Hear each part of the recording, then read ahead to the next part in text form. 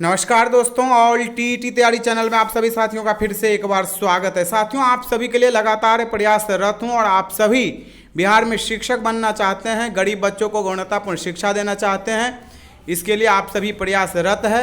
लेकिन इसी बीच बिहार सरकार शिक्षा विभाग की तरफ से यह लेटर अधिसूचना जारी किया गया है जो आप सभी के सामने में है। 29/5/2023 बिहार राज्य विद्यालय अध्यापक नियुक्ति स्थानांतरण अनुशासनिक कार्रवाई एवं सेवा शर्त नियमावली 2023 के नियम 5 में विद्यालय अध्यापक के पद पर नियुक्ति हेतु अनिवार्य अर्हता निर्धारित है।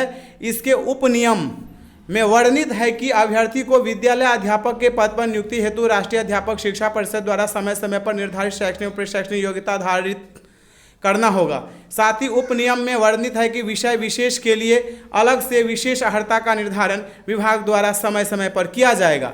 उक्त प्रावधान एवं इस नियमावली के नियम 19 में प्रदत्त शक्ति के आलोक में नियुक्ति हेतु शैक्षणिक और प्रशैक्षणिक अर्हता का निर्धारण विभागीय अधिसूचना संख्या आप सभी के सामने में द्वारा अधिसूचित किया गया था।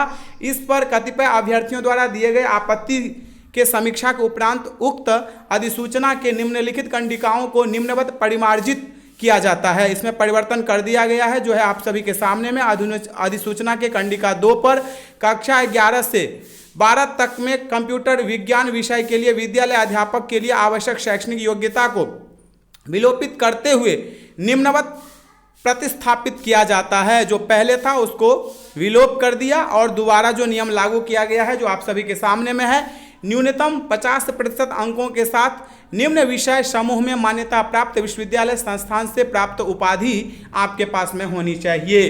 अथवा आप सभी के सामने में है, जो कंप्यूटर के हमारे साथी हैं समझ जाएंगे कि उन्होंने क्या कोर्स किया है। यहाँ पर किसी मान्यता प्राप्त विश्वविद्यालय या आप सभी के सामने में है AICTE से मान्यता प्राप्त संस्थान से BE या BTech कंप्यूटर साइंस IT अथवा समकक्ष उपाधि या भारत सरकार से मान्यता प्राप्त संस्थान विश्वविद्यालय से डिप्लोमा। अथवा में जो दिया गया है या तो ये होना चाहिए आपके पास में या तो ये होना चाहिए आपके पास में। किसी मान्यता प्राप्त विश्वविद्यालय से कंप्यूटर साइंस में स्नातकोत्तर MCA या मान्यता प्राप्त विश्वविद्यालय से समकक्ष उपाधि आपके पास में होना चाहिए। अथवा में यहाँ पे किसी मान्यता प्राप्त विश्वविद्यालय से कंप्यूटर साइंस में स्नातक BCA एवं किसी विषय में स्नातकोत्तर होना चाहिए।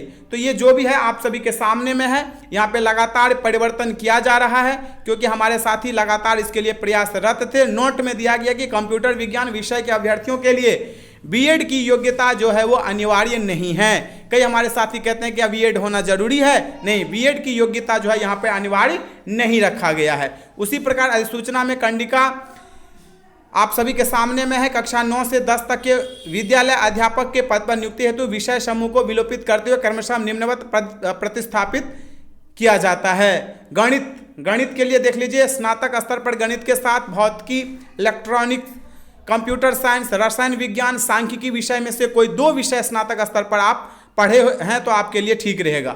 विज्ञान में स्नातक स्तर पर जंतु विज्ञान, प्राणी विज्ञान जो भी है आप सभी के सामने में है। आप लोग देख लीजिए क्योंकि आपने ये उपाधि धारण किया है तो आपको ये ज़्यादा से ज़्यादा समझ में आएगा। भाषा विषय को लेकर के हमारे साथी बहुत ज़्यादा परेशान हो रहे थे।